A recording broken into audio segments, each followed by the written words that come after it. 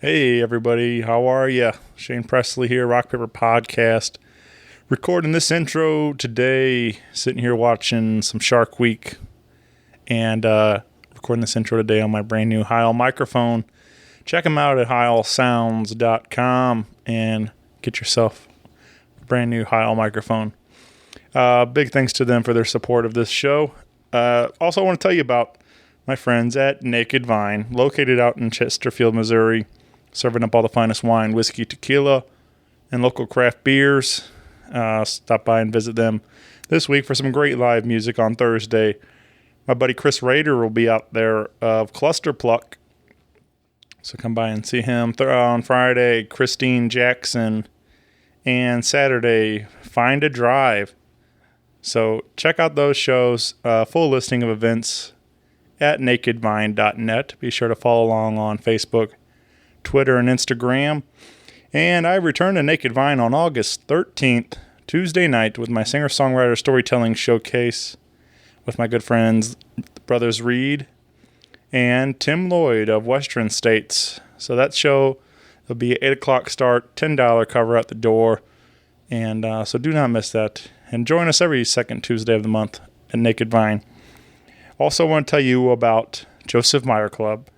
Check out josephmeyerclub.com today and try out their brand new foaming aftershave. It's a fantastic product. I've been using it myself. I love it. Smells great and, just really nice. So again, check out their foaming aftershave. Use my promo code RPPJMC20 during checkout for an exclusive 20% off. Again, RPPJMC20 during checkout at josephmeyerclub.com. All right, everybody, that's it for me today. Be sure to follow along with Rock Paper Podcast on your Facebook, Twitter, and Instagram, wherever you're getting your podcast. Feel free to email me if you'd like at rockpaperpodcast@gmail.com. Let me know what you think of the show. If you have any tips, suggestions, if you want to get a shirt, a hat, or anything, I'd love to hear from you. So shoot me an email or a message on Facebook or whatever. All right, everybody, have a great day. Thanks for listening. Podcast is kind of like it's like a radio show that's not on the radio. It's on the internet. Does that make sense? Uh-huh. Yeah. That's also like my mom. It makes it sound more confusing, doesn't it? It sounds like this. This is Ryan Torpea, and you're listening to Rock Paper Podcast. Rock Paper Podcast. Rock Paper Podcast. Rock Paper Podcast, y'all.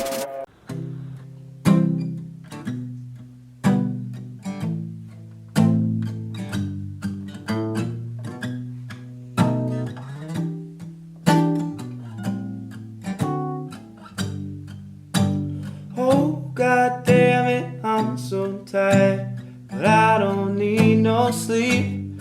I just wanna write the song that gets you to come back to me. No, I'm not impatient, I don't need it all right now. I just wanna write the song that gets you back to me somehow. I just wanna write the song that gets you back to me somehow.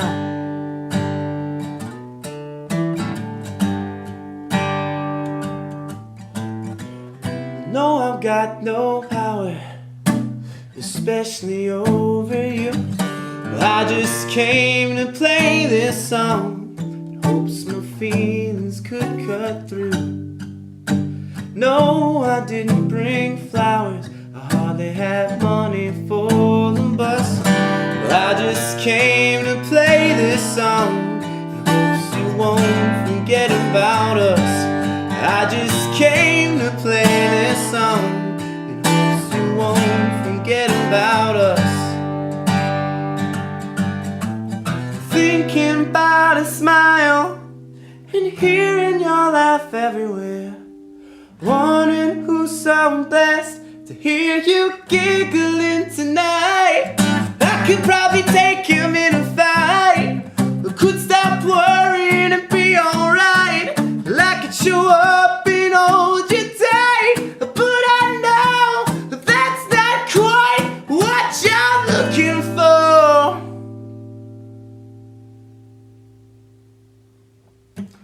So no, I'm not impatient. I don't need it all right now. I just wanna write the song that gets you back to me somehow. I know that there are others, they look and talk a lot sweeter than me, but I just came to play this song in hopes that maybe you will see.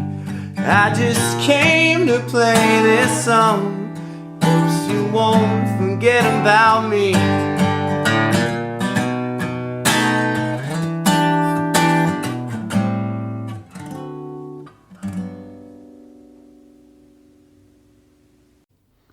Hey everybody, Shane Presley here, Rock Paper Podcast, coming to you from St. Louis, Missouri. Hanging out today with Ryan Torpea. Welcome back to the show, my friend.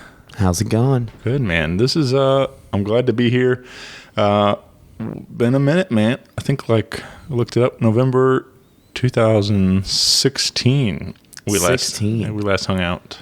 That was a bad year. Oh, yeah. For everybody, I think. I think the general consensus was that, but that was a good time. Yeah, man. That was fun. That was East Side Rhythm Band horn section, that one, hanging out with Al and Derek. Or, Zach and Derek and, of Al Holiday East Side Rhythm Band. So that was a good hang for sure. But we're back here kind of to focus on some of your other adventures and some of your new projects kind of going and stuff. So I thought this would be a fun hang to catch up and talk about all this fun stuff. So thanks for doing this, man. Yeah, appreciate being here with you.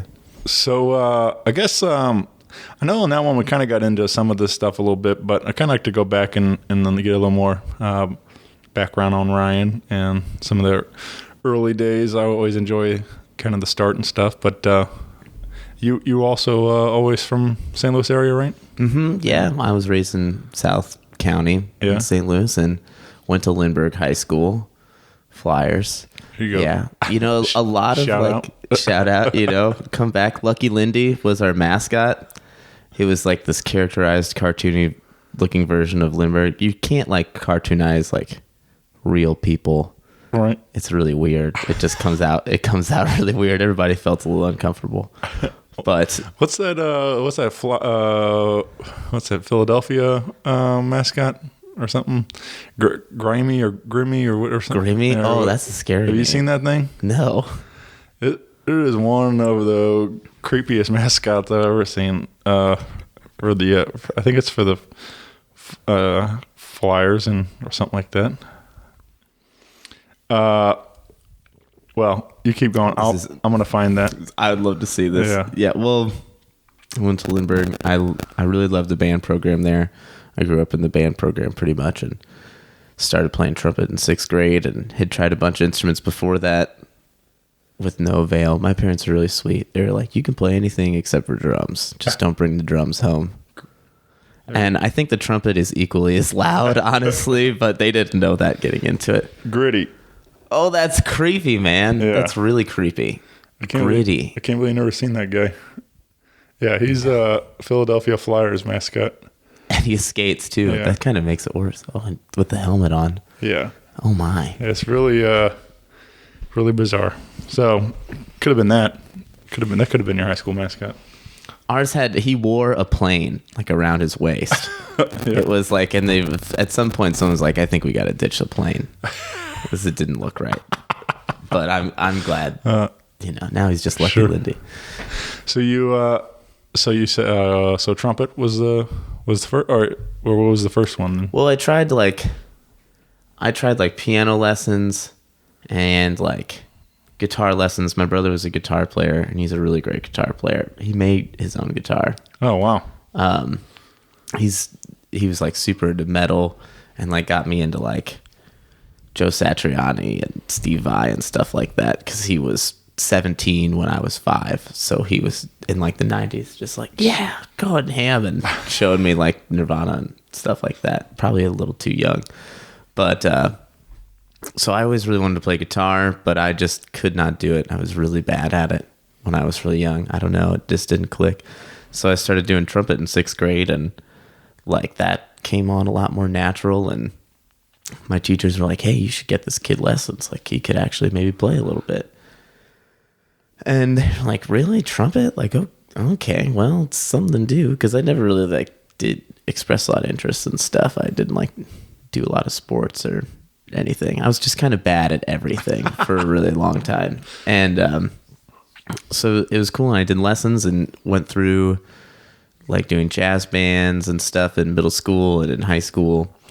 And, like, competed and just got, like, super into playing the trumpet and jazz music. There was, like, a couple of years where I, like, the only thing I let myself listen to was jazz on my iPad. I was like, I don't want any young people's music. And I just, like, I think that was, like, my freshman and sophomore year. And I was just like, yeah, jazz. Like, I just recently had a conversation with Andrew Gibson. And he was telling me, do you know Andrew? I don't think I know Andrew. Plays a lot of groups around town. Matthias and the Pirates is one of his main gigs. Anyway, really talented guy, but he was told me a similar thing about, like, he was kind of a music snob at the time. Like, it was all about it, jazz and things. And then, like, and he thought hip hop was garbage. And, like, until he had a band teacher kind of like, well, here, listen to this. And, like, and it was like a Questlove playing drums on a record. And that kind of got him learning a lot more and getting kind of eased into hip hop and stuff and educating him on that. So it was kind of it was definitely an interesting story, but, like, it was just funny to hear, like, because we literally had he said it was about the same exact thing, that it was only jazz for that time period in high school and stuff. And yeah, it's like there's something about academic music. Yeah, you're like, teachers are like, you should, if you really want to play jazz, then you need to listen to jazz. And you're like, yes, sir. And you give them the salute and you go off and you take everything off your iPod except for jazz and maybe, like, a little Iron Maiden or something. I don't know if I could figure out how to get it off. It's like, all right, well, I'll give myself a pass. All right. An Iron Maiden. But I, like, I did all that stuff and was just super into the band culture and did marching band and all the jazz bands. And then I still was, like, really trying to play guitar and keep up with that. Even I was just so bad. And, like, people would show me some stuff along the way. And I started getting a lot more serious about it because my friends had this, like, Christian rock band. And I was like, that's, like, a little bit more hip than, like, only playing jazz music all the time and playing trumpet. And so I, like, very begrudgingly, like, taught myself piano and was just like, well, I know that my arpeggios on trumpet is like this, so I'm going to, like, sit and, like, place my fingers at the piano and figure out how to make it move and like was just really terrible. And then a buddy of mine came in, he's like, well, you can move the chords around, but, like, you don't want to, like, jump around so much. You're supposed to, like, voice lead and do this. And I was like, what? So I had to, like, relearn all of it all over again. And then eventually let me into this, like, Christian rock band. It was so much like Switchfoot. We really wanted to be a Switchfoot ripoff, sort of. And I played keyboard and guitar and sang backups. And that band went for, like, 4 or 5 years. And we were, like, this close to getting signed with some management company for Mercy Me. Okay. Do you know Mercy Me? I know the name. I couldn't tell you that song. I couldn't tell you a song. Yeah. I can only imagine when that day will go. It's like, it's this really beautiful / cheesy, right, ballad type thing.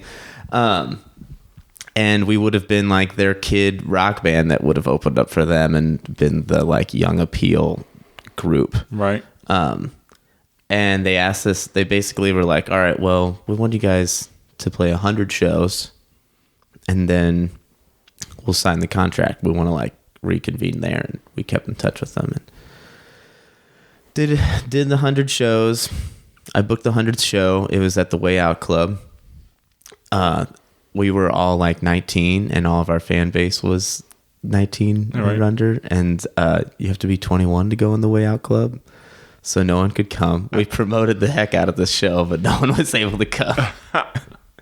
And after the 100th gig, it just didn't work out. They were like, well, great, we're ready to, like, do the contracts and see the demos, and it didn't work out, and it kind of worked out well for me, I guess. I liked where things went after that. Sure. There's some guys locally I've become good friends with, go by Bleach, and they're like 17, I think. Oh, yeah. Maybe one of them 18 or something now.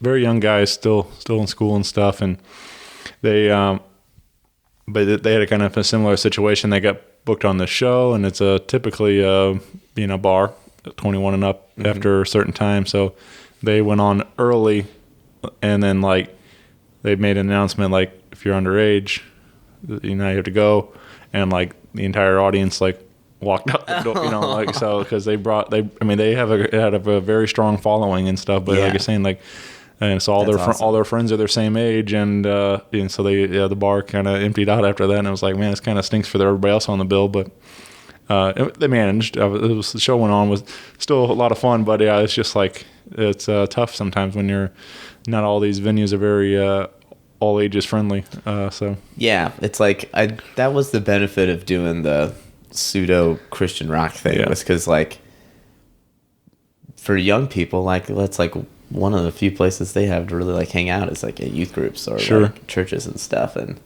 there's somebody made a post the other day. It's like, why can't we just like all hang out at libraries more often, and libraries just be open till 2 or 3? Yeah, that'd be cool. Change of pace, something different. But so you're playing keys, you're playing guitar some, and you're playing trumpet still at the time. Mm-hmm. And is it pretty much those three, or so like around that time, that's when I started going to school. I got out of high school and went to SIUE. Go Cougars! I'm all about the mascots. Yeah. I don't think I ever saw like anybody dressed up as a cougar or a cougar mascot while I was at SIUE, but I wasn't the most exactly participatory in out of school events or extra stuff. But I loved going to SIUE. I had a great time and studied jazz there on trumpet. And that's when I started Animals in Hindsight. I met a bunch of friends in college and was like, I want to start my own band now. This other thing's kind of coming to an end. And I had gotten a lot better playing keyboard over the years and really started writing a lot of my own stuff and feeling more confident on the instrument. And I really wanted to make this like alternative rock band based around the Fender Rhodes. Like if the Fender Rhodes would be the rhythm guitar and kind of like the driving aspect of the band, and try to break away from like, at the time I was like, I'm playing all this like really simple like worship music and stuff like that. And it's, so I was like, I need to challenge and like write really weird chord progressions and do different stuff like that.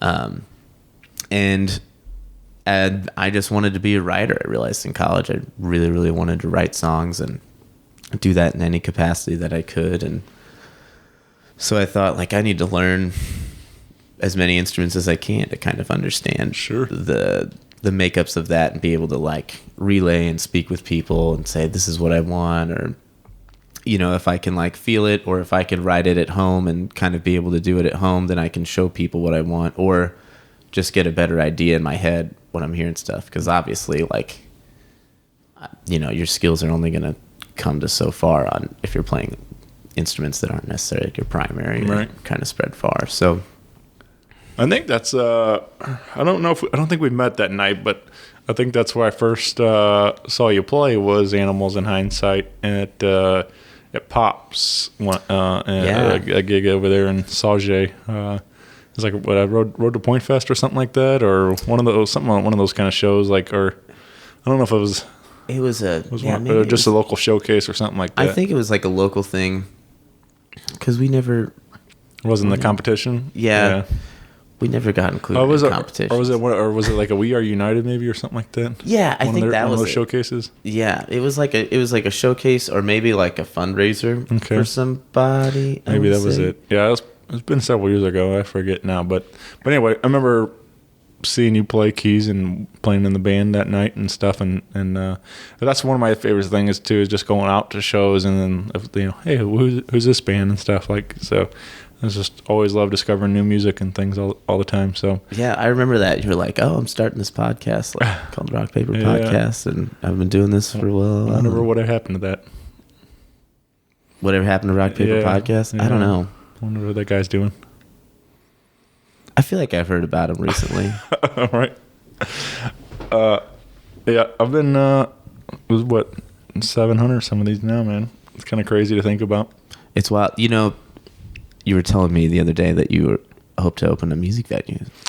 I mean that I feel like it'd be pretty ideal. I mean, I think, I don't know, like it would be so cool. I think it would be a lot of fun, but also I'm afraid like making my hobby my work, like I think would be, might take some of the fun away from it, but I don't know. Yeah, talk to me in a few more years. Yeah. I may have more insight. I don't know.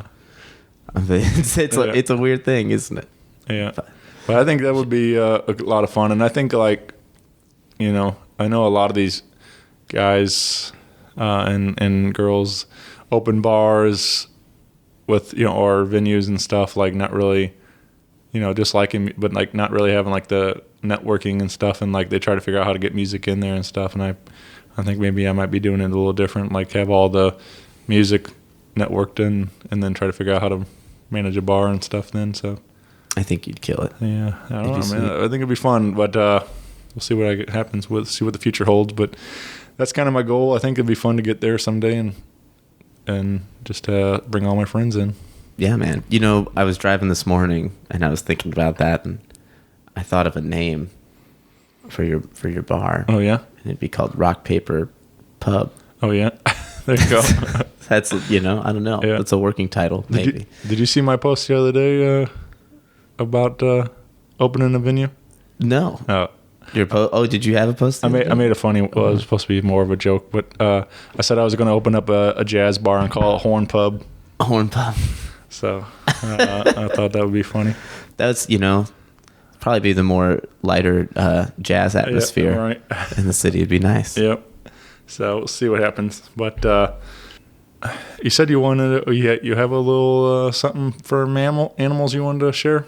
Yeah. So we are currently finishing a record at Sawhorse right now. My good buddy Kevin Bo Drexel is mixing it and working on it. And actually, he just recently joined the band too on bass. Great bass player, and grew up with him in middle school and high school and all that. And we're kind of finishing up this track right now. He just kind of shot me this is kind of like a rougher mix, but this is called 2516. Our saxophone player kind of wrote this and then wrote the lick and the melody, and was like, hey man, do you think you can do anything with this? And we were like, yes, totally. So we kind of arranged it, and I wrote some lyrics for it, and this is kind of what it sounds like. Very cool, man.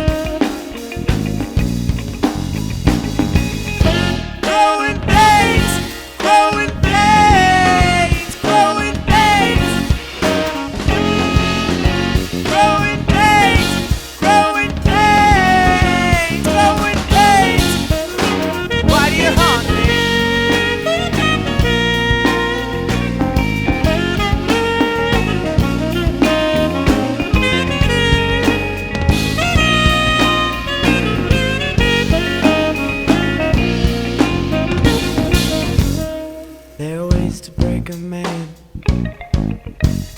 Try to find him if you can. After you, he'll hardly stand. Now he's broken, got no plans. There are ways to break a person. You can send him to his hearse, and you can keep his soul inside your purse, but you ain't gonna get no more shit from me. Growing pains, growing pains, growing pains, growing pains, growing pains, growing pains. Why do you haunt me? Growing pains, growing pains, growing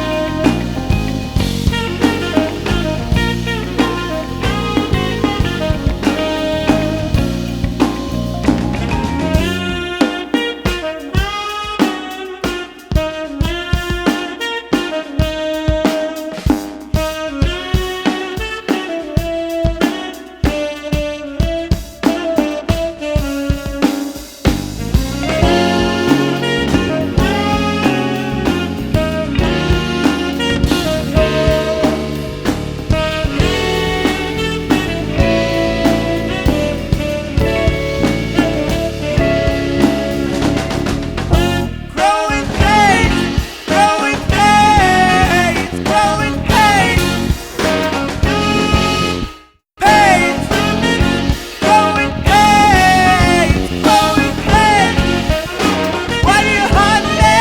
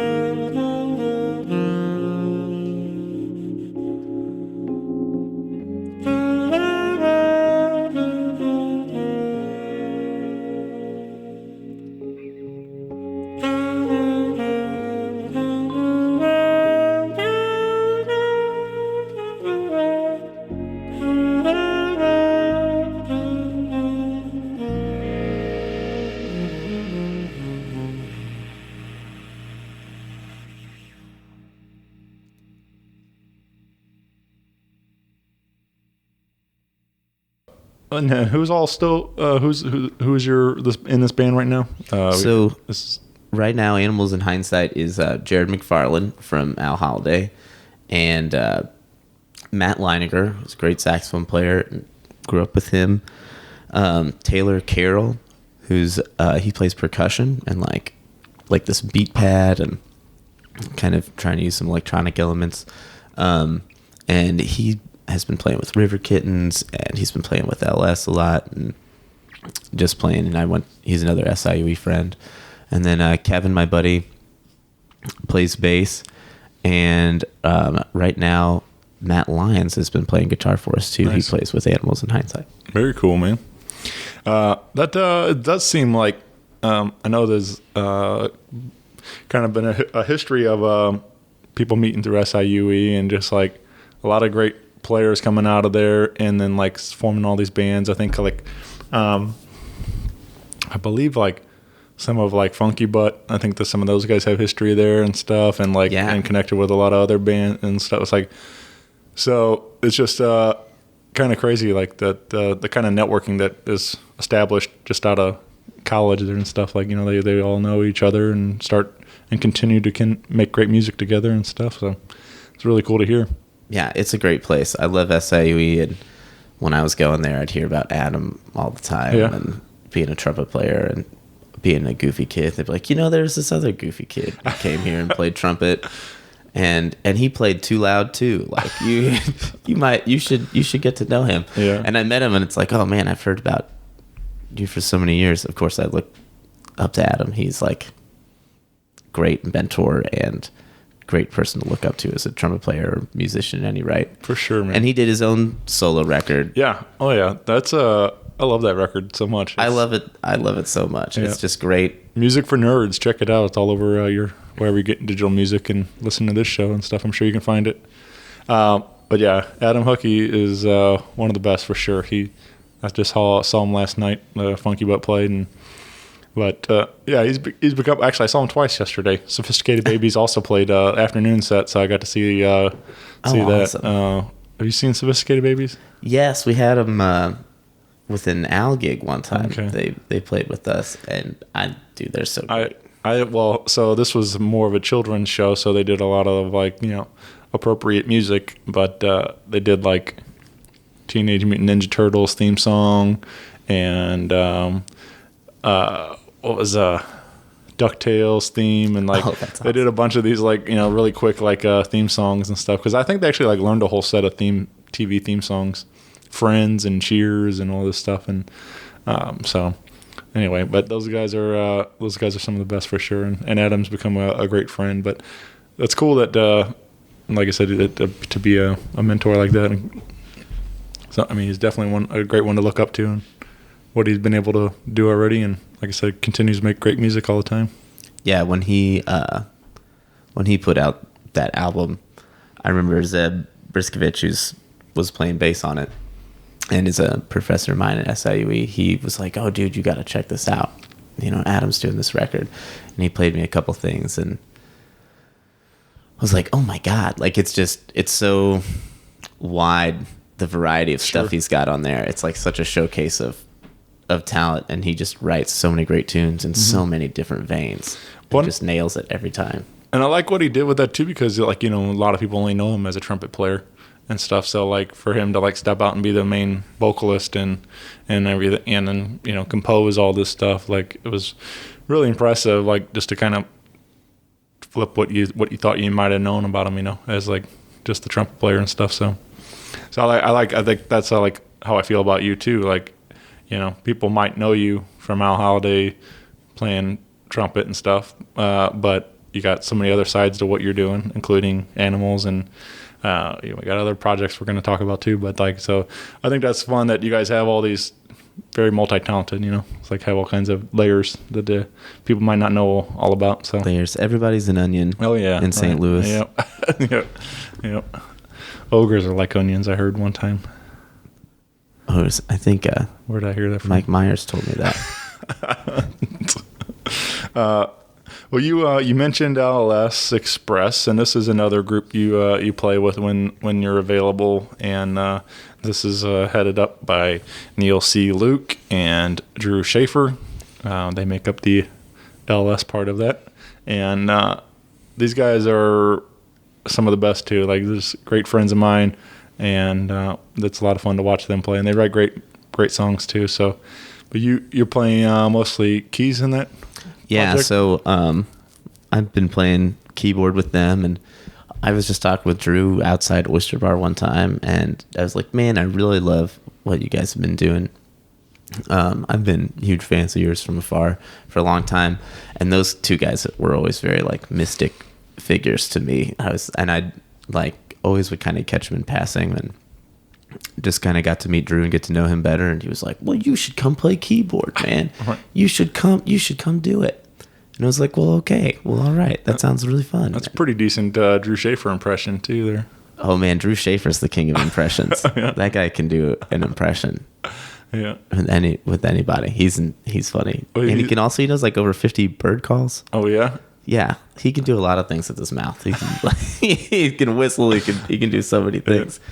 Yeah. He's a man of many talents. But yeah, he's you can't help but get excited with him. He's very energetic and just gets excited about music and people playing, and I came out to my show and saw Old Capitol. I had Jesse and Zach play my songwriter show, and David Manis, and it was and of course he was just giant cheerleader the whole time, just so excited about what was happening and stuff, and so it was a lot of fun to see just him, how excited he gets about all this stuff. Yeah, he's the most positive, person I think I've ever met. He's he's reinforced me so much, and I always tell people like, yeah, if you need to like be lifted up or need to feel good about yourself, like just go find Drew Schaefer and hang around him, and he will make you feel so good about yourself. Yep. And you're just lifted up. And you're like, oh man, I can do anything now. Drew said I could do anything. All right. So you've been playing with them for about how long now? Like, I guess it's about a year. Yeah. Come around October or so. I've been playing with them for about a year, and we've been working on a record at Native Sound with David Beeman, who's a great engineer and producer. He's very mindful of just the bigger picture of things, and is not, he speaks up at all the right times, but he's not like the engineer who's just like, trying to produce your record for you either too. He's really cool about just letting people work and do their thing. And it's a wonderful studio with a lot of really awesome instruments that are really fun to play on. So it was really fun playing on that record. And I don't know when we're going to release it. But. Okay. You got another sneak peek, though, you wanted to share? Yes, got a little exclusive. This one's called Swing and a Miss. And it's Neil and Drew singing in harmony in classic LS fashion. They kind of sing most everything together, and it's just this really cool timbre they have with their voices combined. Nice. And this one gets really weird. Great news, we finally made it. Better than corporate news, we didn't have to fake it.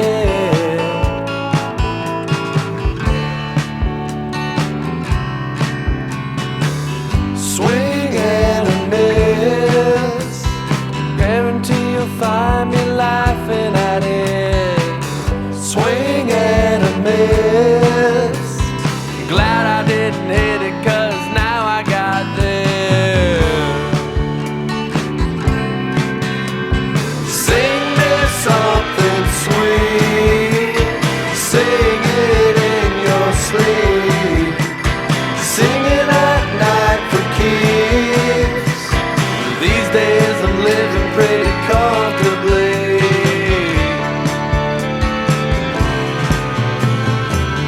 Great news, we finally traded them white boy blues for something that could make it.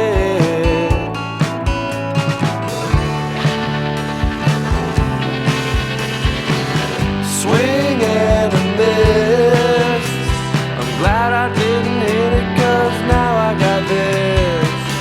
Swing and a miss, I guarantee you'll find me laughing at it. Sing me something sweet, sing it in your dreams, sing it every night for keeps. These days I'm sleeping pretty comfortably.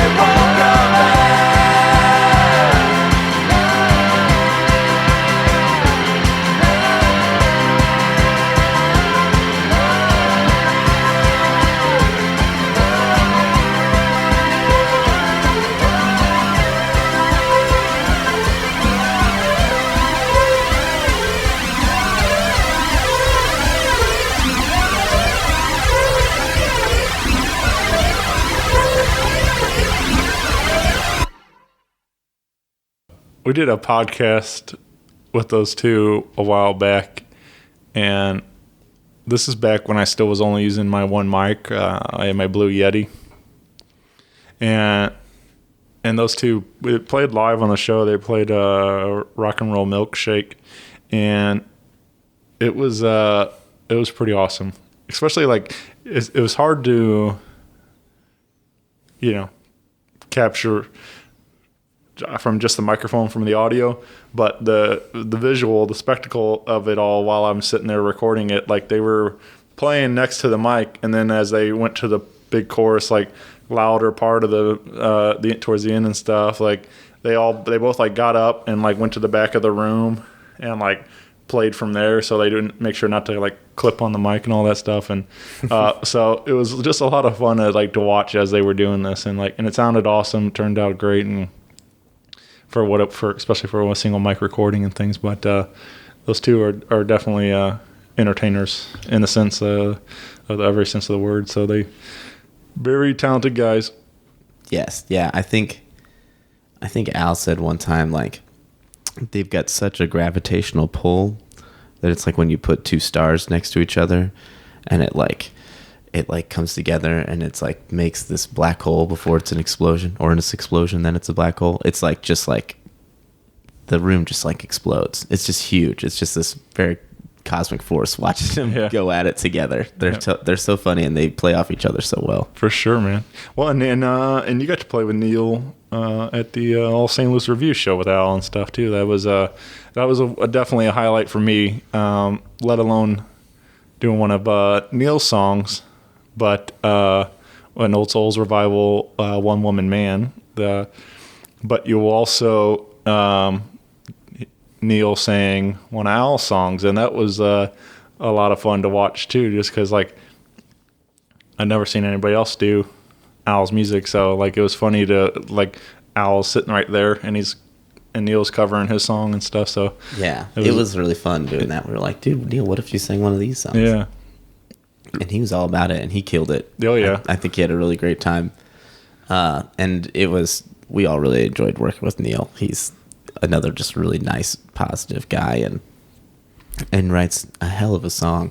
His song was it was so weird because when we did How Long Can It Go On Like This, it was like everybody in the audience reacted with each line, and it's such a real song that's just so stated and so straight to the point about just what people are thinking and how people are feeling. And it was really cool. He just got such a great response from that song. Yeah. And that's the one on the record, right? Mm-hmm. Yeah. You guys did a couple of different live ones, but then that's the one that'll appear on ALL St.LOUIS REVUE.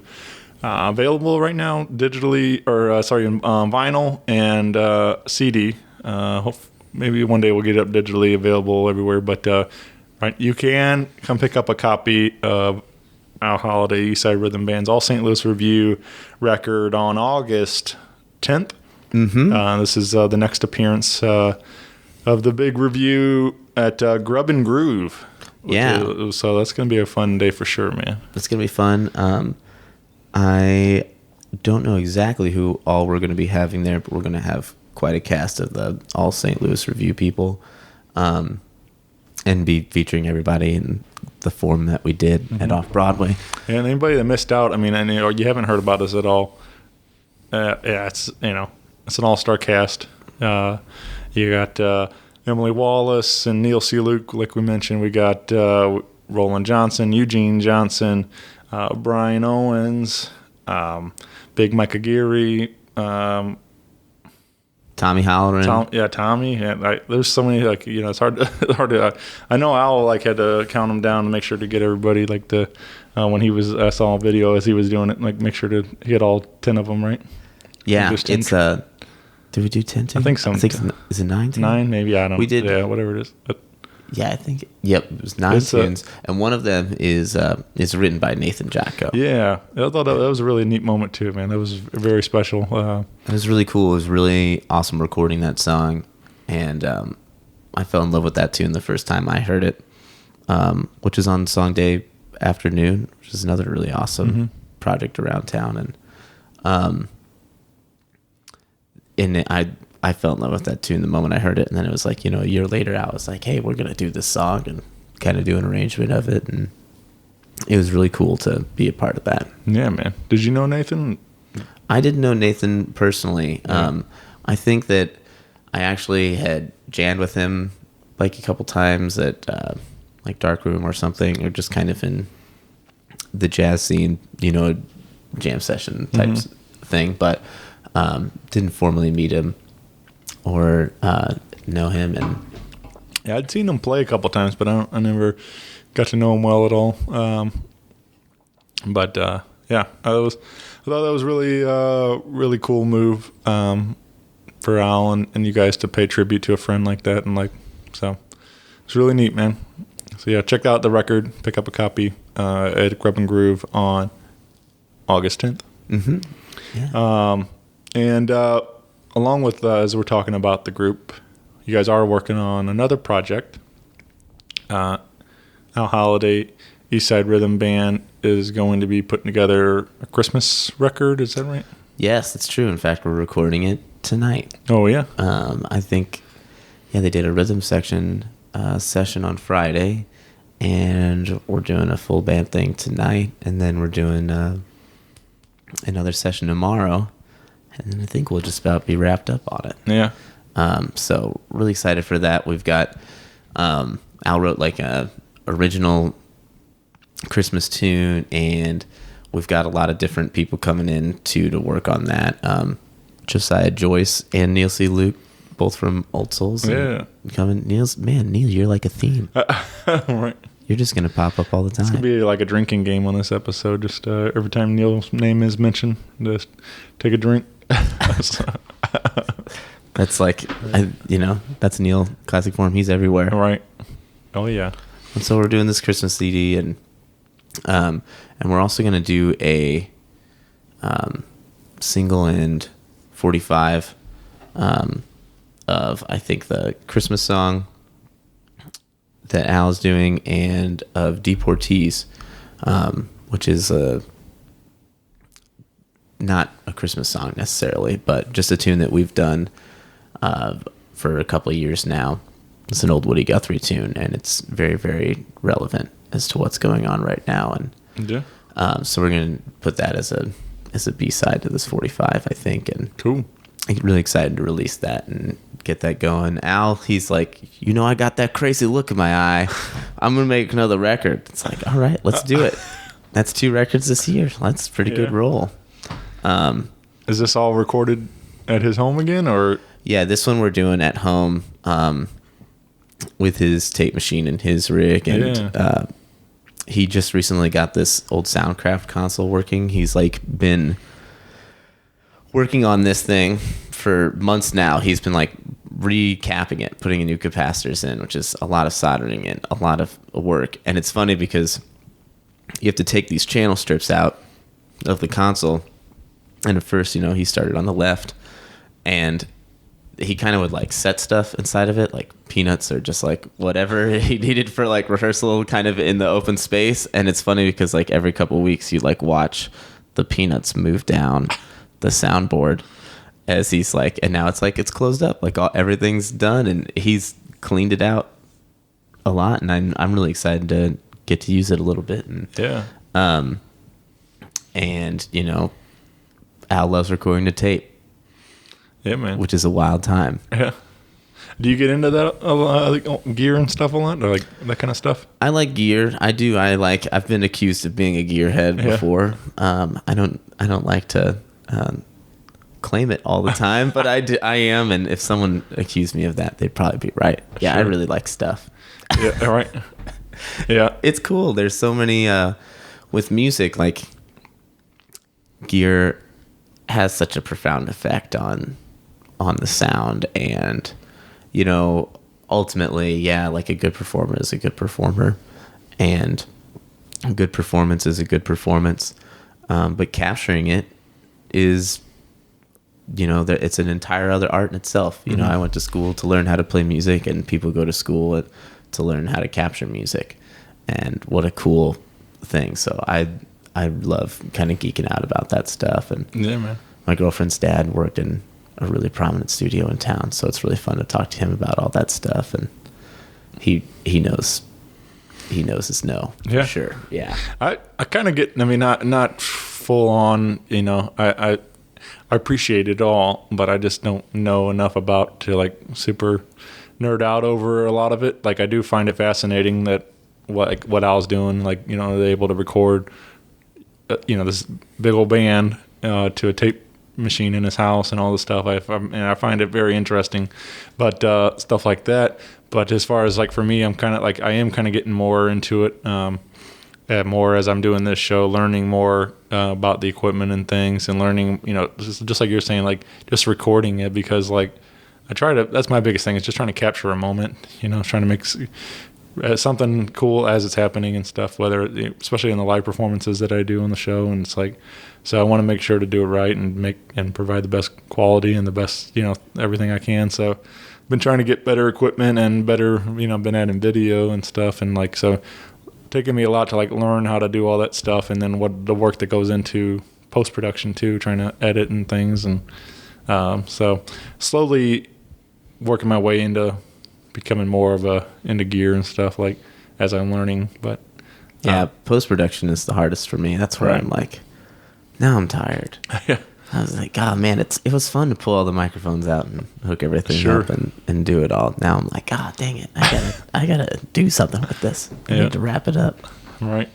Is that something you want to, like, any of that kind of, like, as far, like besides performing music, do you want to get into any of that stuff? Like Yeah, my dream right now, you know, like I've been really, really into Paul McCartney for the past year.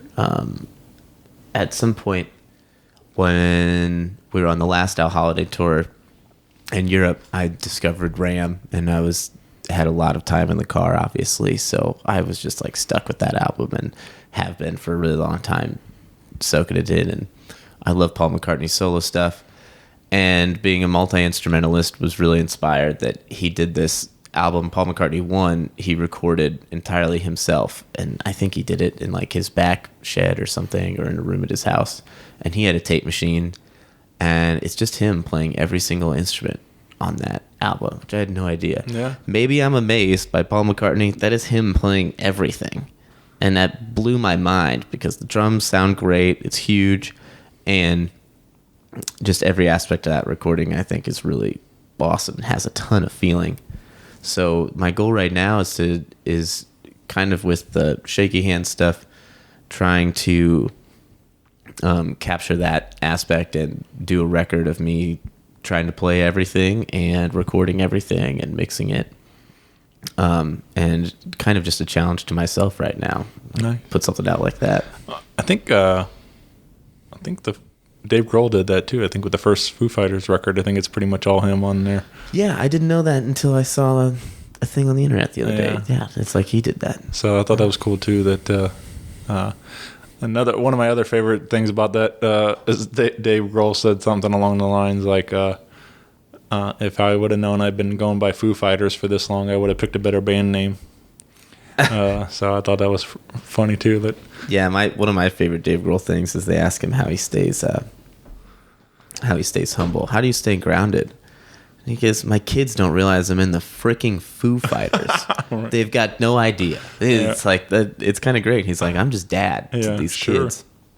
There's something awesome about that. Man. Yeah, he just seems. I mean, and Paul's the same way too. Like both of those guys just seem like the best dudes to hang with. Like they just seem like so much fun, and like Paul McCartney doing that carpool karaoke thing. That clip, like where they went to Liverpool and all this, and like with him and James, and like I was just like, man, like that's got to be the best. Just like getting to spend the day hanging with him, and then like at the end of it, like they showed up into some pub and started playing and stuff, and I was like, everybody's minds just. Dude, that would be a dream, just to hang with Paul McCartney. He's a Beatle. Yeah. Oh my God. And beyond that, it was like, it wasn't until I guess, now, more recent in my life, I found all this stuff that he's done after the Beatles and what George Harrison did after the Beatles. And that stuff is wildly awesome. Yeah. Wildly awesome. Did you watch that movie yesterday yet? No, not yet. No. I'd like to go. I'd like to watch it. I think it's definitely gonna be one of those that's like way better because of the music. You know, it's the whole soundtrack. I mean, like, I'm sure I've kind of heard some mixed reviews. I haven't watched it myself. I don't really have no idea, but it's, you know, you look at a movie like Dazed and Confused and stuff too. Like, yeah, it's a good enough movie, but then you put like that amazing soundtrack through it also, and it's like makes it so much better and stuff. You know, having all these great songs in it. So I feel like that could be kind of with yesterday, but it is an interesting concept to think about it though. Like, if the Beatles didn't exist, like, because they changed everything. I mean, like, everything we know about music and everything we know about culture and everything is just like, yeah. I mean, they mobilized like teen culture. Right. Teenagers used to just be expected to probably just shut up. Yeah. and you know, and now it's like, I don't know. It's changed marketing. Sure. And a lot of different things. Yeah. Maybe those are bad things. Marketing, consumerism. Oops. The Beatles are cool. They're hippies. Yeah. They're against all that stuff. Yeah. Well, and then once they, you know, they did it several times too. You know, it was obviously they reinvented themselves many times over the years and stuff. So it was like, anyway, it's just, yeah, that's a pretty wild thing to think about though. If the Beatles weren't here, like what would it be like? But so I think it's an interesting movie. I'd like to go check it out and see how they do it. Yeah. So, well, you mentioned Shakey Hands, and this is your latest brand new, pretty much, right? We were only a few months old in this project. Yeah, we debuted last month at Summer Gras, June 8th. So that was kind of the first incarnation of it, which was super fun. Tony Bertoglio was like, "Hey man, I heard you have a new group.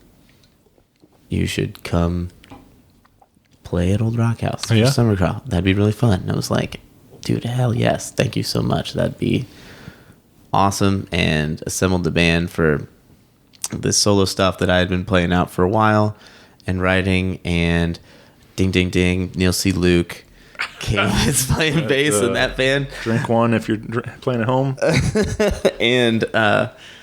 And Taylor Carroll, who I mentioned earlier, who also plays in Animals, and a friend of mine named Adam St. Clair playing guitar, and all really great musicians, and kind of a different pace for me being in a 4-piece band that's like smaller, and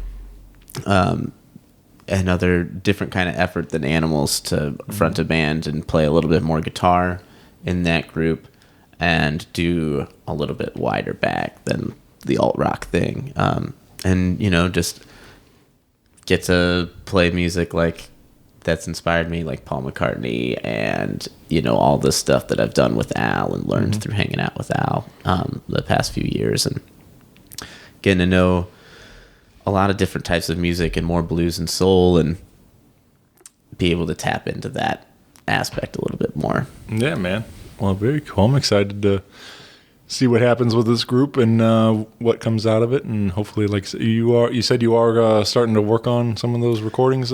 Yeah, so that's a project that I'm hoping to kind of record everything myself, right, which has been cool because I've got some things demoed out, and when getting the guys together to do stuff that was a little different than Animals, where it was like, all right, here's this shell, like let's write this and kind of produce this together, and with Shakey Hands being able to like, all right, here's a track, like you can just learn it and not have to stress those guys out necessarily with like writing or composing a whole lot, and just be, you know, like just having a record to rip kind of and be able to go from there. So that's kind of the hope. I definitely would like to feature some people on that album as it comes up, and I think after kind of doing that project, the goal is to maybe do some writing and do kind of an album where I have different singers and write to a couple different singers in town, which I think would be really fun. Yeah, man.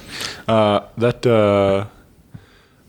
think that's like got to be the best part about putting together a record, is inviting your friends to be a part of it, like those, you know, special guests and stuff. Like, you know, I just think that's the coolest part. You know, I look at like you know, rappers and, you know, especially in pop and hip hop and stuff, like where there was featured artists on all kinds of different tracks and stuff. So it's like I just enjoy that part of it, the networking and community of some of that music and stuff like that.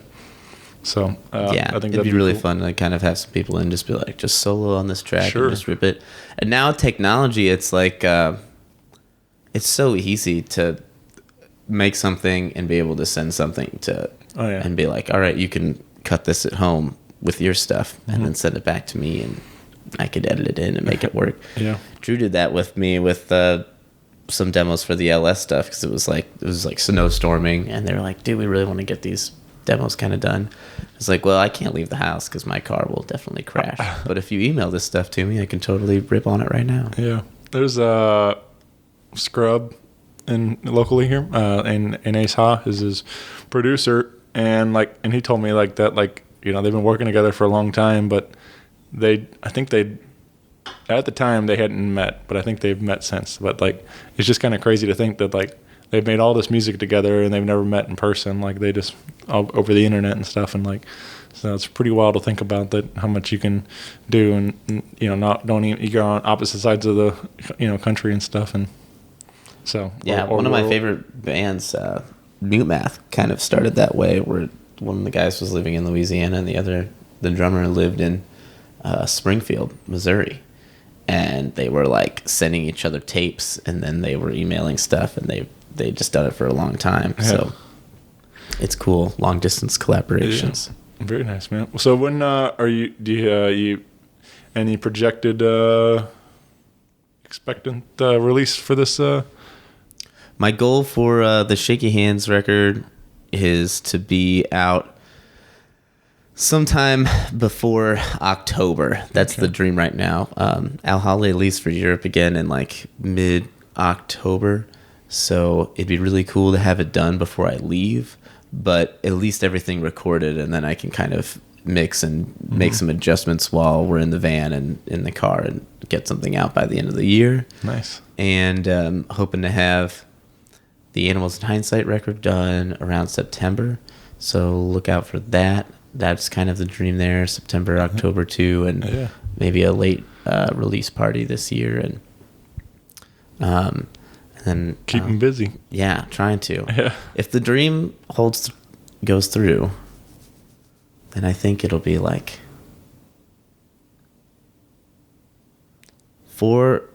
it'll be between 4 and 6 records that'll be on this year. Yeah. Should be really, really fun. So now I'm getting a little anxious saying that out loud, but that would be the dream. That would be really cool to get that done. I know we're going to have at least 4 here. So. Yeah. Well, very cool, man. When Ryan's not playing music, which seems to be a rarity with all this, obviously, that we're talking about, what else do you like to do? Do you have some other hobbies and things or is it all music all the time? Well, I really I like to play video games a little bit. You are wearing a Game Boy T-shirt. Oh, I am wearing a Game Boy T-shirt. You're right. Represent. I love Nintendo. I got a Switch. I'm all about it. Love playing Smash Bros. And all that stuff. I recently video games is a newer thing for me. A year ago, I was like, man, I should do some other stuff at home than just play on guitars and do something that's a little less, or just something in a different vein. And I was like, I'm going to get back into video games, and it's been really fun. So I've kind of enjoyed that. Love hiking, and I love kayaking. Yeah. I wish I had a kayak, but I really love it. I said that love, I've already got one and I do it every weekend.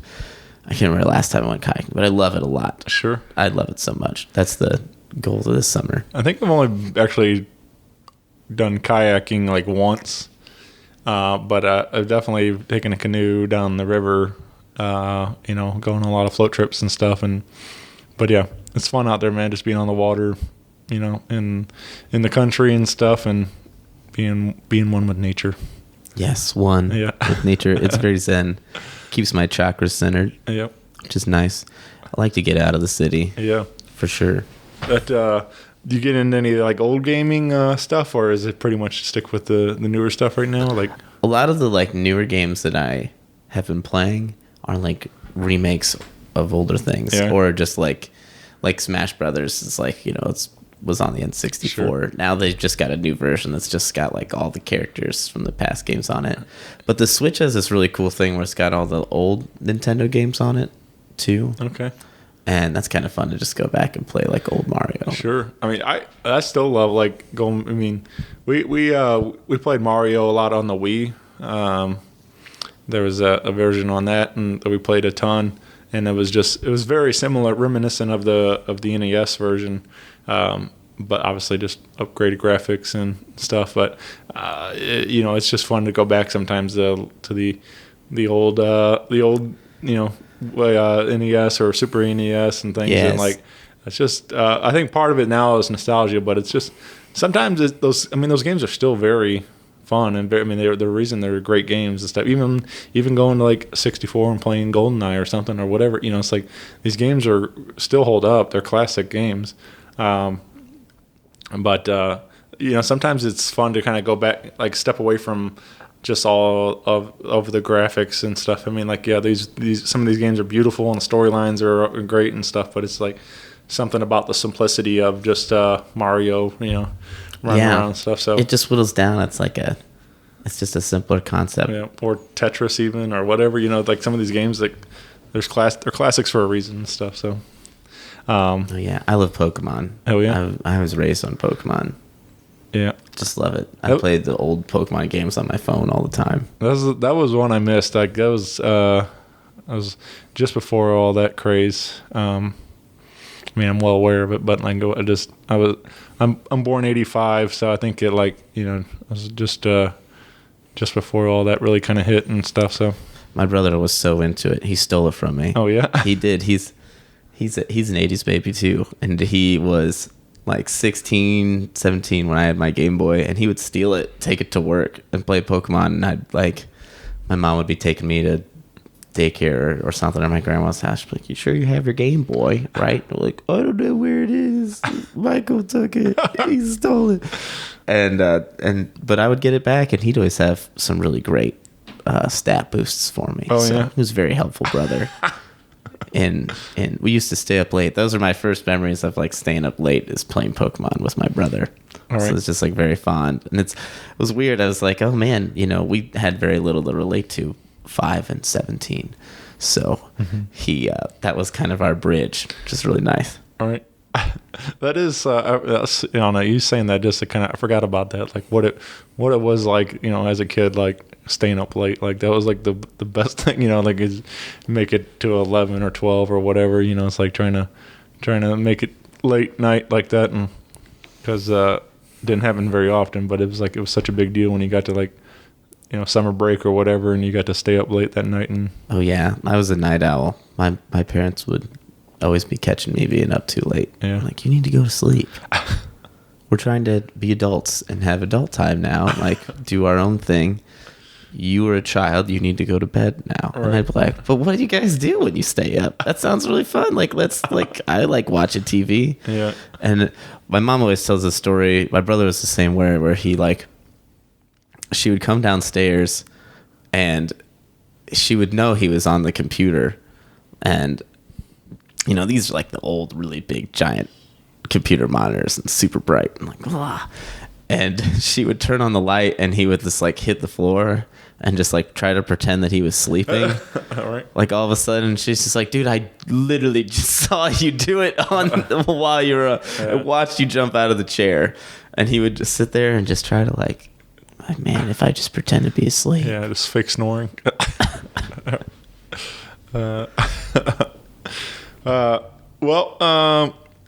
So Ryan's all about gaming and kayaking and music, obviously. What do you have a particular favorite place to eat in town? Is there a dish that when you get the chance to go out, is there a spot you like to hit? I just went to this place for the first time, and I think it's going to be my new favorite, but it's called Barg, B-A-R-G, Continental, and it's on Hampton, and it was really good. Yeah? It's like Afghani food. Okay. And, oh my gosh, it's really yummy. I'll have to check that out. That's one thing as I continue to get older, I try to push myself to try different things. And there's a lot of food still I haven't tried. I went to gooseberries for the first time. Everybody's always talking about gooseberries, and I was like, "What is?" Well, it's a very silly name. So I was like, "What are you talking about?" Yeah. And then I finally went there, and it's the best biscuits and gravy I've ever had. Yeah, I could go for some biscuits gravy right about now. And they're open late. Like on weekends, they're open till like 1 or 2 or something. Okay. It's really good food. To check that out, man. I just went to Egg for the first time for breakfast the other day. Me and Madison Thorne met up and had breakfast over there. Oh, cool. And it was pretty tasty. I had 2 breakfast tacos. So that was my first time in that place. But I like it's nothing too fancy. I mean, it's a really nice place, but not like breakfast tacos or something very elaborate.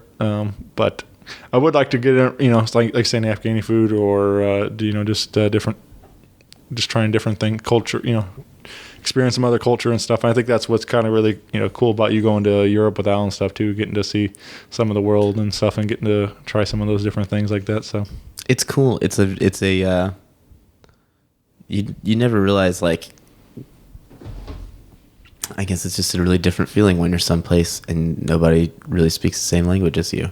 Or, I mean, there's plenty of people who speak English in Holland or in Germany, but just that wasn't the norm, and that, if you like tap someone on the shoulder, they weren't gonna, they weren't gonna expect you to be English necessarily.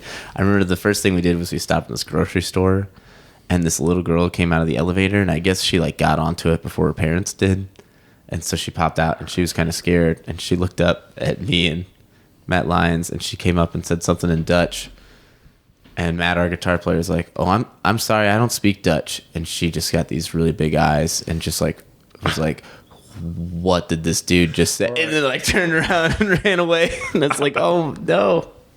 And she's like, "Oh, what? You don't speak Dutch? Like, are you crazy? What's wrong with you?" Right. Yeah, man. That'd be pretty wild, though. I would like to. I mean, I just think that's like the coolest thing, that music's getting to take you around the world and stuff. Like all these guys, all my friends are getting to do all this fun stuff like that, and like it's pretty neat, man. It's a blessing. Yeah, couldn't be more blessed. Mike Aguirre gets to go to Anguilla. Oh yeah, like all the time. It's like, that's beautiful, man. That's wonderful. And he's got such a kinship with the people down there, and I know they really love having him. Yeah, that stuff's pretty wild. Well, again, find Ryan all over the place with you got your Ryan Torpea and the Shakey Hands on Facebook, LS Xprss, Animals in Hindsight, Holiday Eastside Rhythm Band. It's all over. You can find all that information and more. Again, big one. If you can, we got August 10th, Grub and Groove. It's going to be an incredible night. So come out to that and see this ALL ST.LOUIS Revue. But Ryan, this has been awesome, man. I really appreciate you taking some time to hang.